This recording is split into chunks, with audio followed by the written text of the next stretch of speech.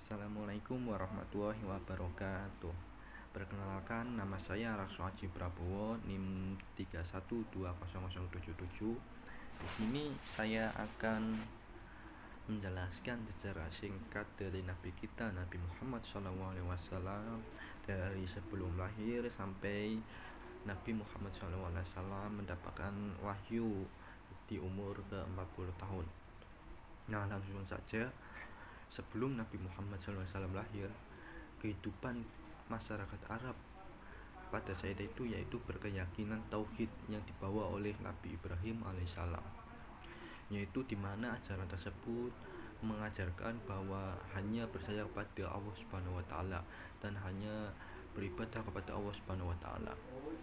Namun seiring berjalannya waktu sekian lama, ajaran tersebut mulai hilang hingga ada seorang yang bernama Amr bin Luhai, di mana orang tersebut merupakan orang yang sangat dihormati dan dimuliakan pada masyarakat sekitar dikarenakan kedermawaannya. Pada suatu ketika, beliau berjalan melihat ada suatu masyarakat yang sedang melaksanakan ritual menyembah berhala. Tapi beliau Amr bin Luhai itu menyimpulkan bahwa kegiatan tersebut merupakan kegiatan yang baik, sehingga Amr bin Luhai membawa satu berhala tersebut ke Mekah dan diletakkan di dalam Ka'bah. Amr bin Luhai mengajak para kaumnya atau para pengikutnya, masyarakat sekitar, untuk melakukan hal itu. Nah, kehidupan sosial pada masyarakat Arab saat itu merupakan bersuku-suku. Nabi Muhammad sendiri dilahirkan dari suku yang sangat terhormat, yang sangat mulia dan dipandang yang baik di masyarakat sekitar pada saat itu, yaitu dari suku Quraisy, dari keluarga Bani Hashim. Nah, Nabi Muhammad SAW dilahirkan dari sepasang kekasih yang bernama Abdullah dan Siti Aminah, dan beliau mengandung dan membawa anak, yang melahirkan anak sebelum Nabi Muhammad SAW dilahirkan. Ketika umur 2 bulan Siti Aminah mengandung, ayahanda dari Nabi Muhammad SAW meninggal pada umur 22 bulan saat Siti Aminah mengandung. Nah, setelah dilahirkan Siti Aminah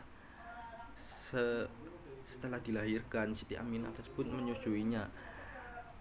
Selain Siti Aminah yang menyusui, ada juga budak dari Abu Lahab yang menyusui, yaitu Suaibah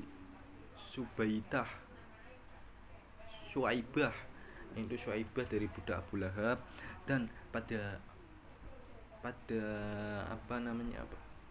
kebiasaan ya ada dari masyarakat Arab pada saat itu merupakan masyarakat perkotaan mencari sesuatu dari masyarakat perdesaan, dan Nabi Muhammad sendiri disusui oleh Halimah As-Sa'adah. Halimah As-Sa'adah sebelumnya tidak ingin menyusui Nabi Muhammad SAW dikarenakan Nabi Muhammad sendiri merupakan anak yatim, sehingga tidak dapat diharapkan imbalan atau harta ketika nanti dewasa. Tetapi dengan kehendak Allah Subhanahu wa taala, Halimah tersebut mau menyusui Nabi Muhammad SAW. Nah, langsung ke umur 5 tahun Nabi Muhammad SAW mendapat tanda-tanda kenabian kerasulan beliau pada umur 5 tahun ketika Nabi Muhammad SAW sedang bermain. Ketika Nabi Muhammad SAW sedang bermain dengan sesama kawannya yang berumur 5 tahunan tersebut. Pada saat itu Nabi Muhammad SAW dadanya dibelah oleh malaikat Jibril dan diambil segumpal ulu hatinya, dibasuh dalam bejana emas bersih. Nah, pada saat itu teman-temannya tercengang dan langsung menginformasikan kepada Halimah tersebut yang menyusuinya, sehingga Halimah tersebut merasa panik karena melihat wajah dari Nabi Muhammad SAW yang sangat pucat Dan kemudian Nabi Muhammad SAW dikembalikan dengan ibunda tercintanya dengan berat hati oleh Halimah. Setelah dikembalikan dengan Halimah dengan ibundanya Siti Aminah, Nabi Muhammad SAW diajak oleh ibundanya untuk menuju ke makom ayahandanya untuk berziarah ya di Yastrib. Beliau melaksanakan ziarah dengan jarak sekitar 2 mil. Dan setelah melaksanakan ziarah selesai, Nabi Muhammad SAW dan Siti Aminah segera pulang. Dan pada saat pulang, Nabi Muhammad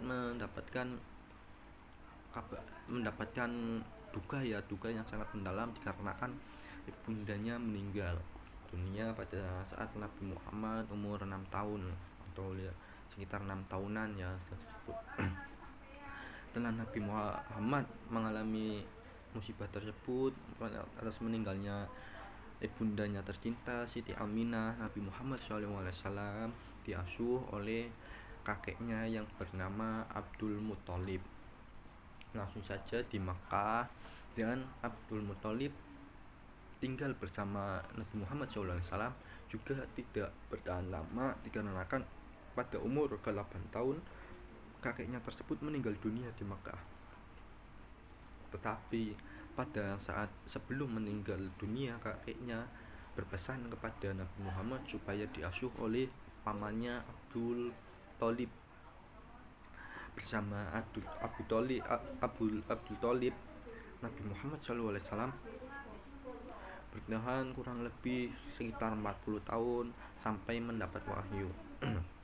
Nah, pada umur 12 tahun Nabi Muhammad SAW diajak bersama pamannya itu berdagang ke negeri Syam.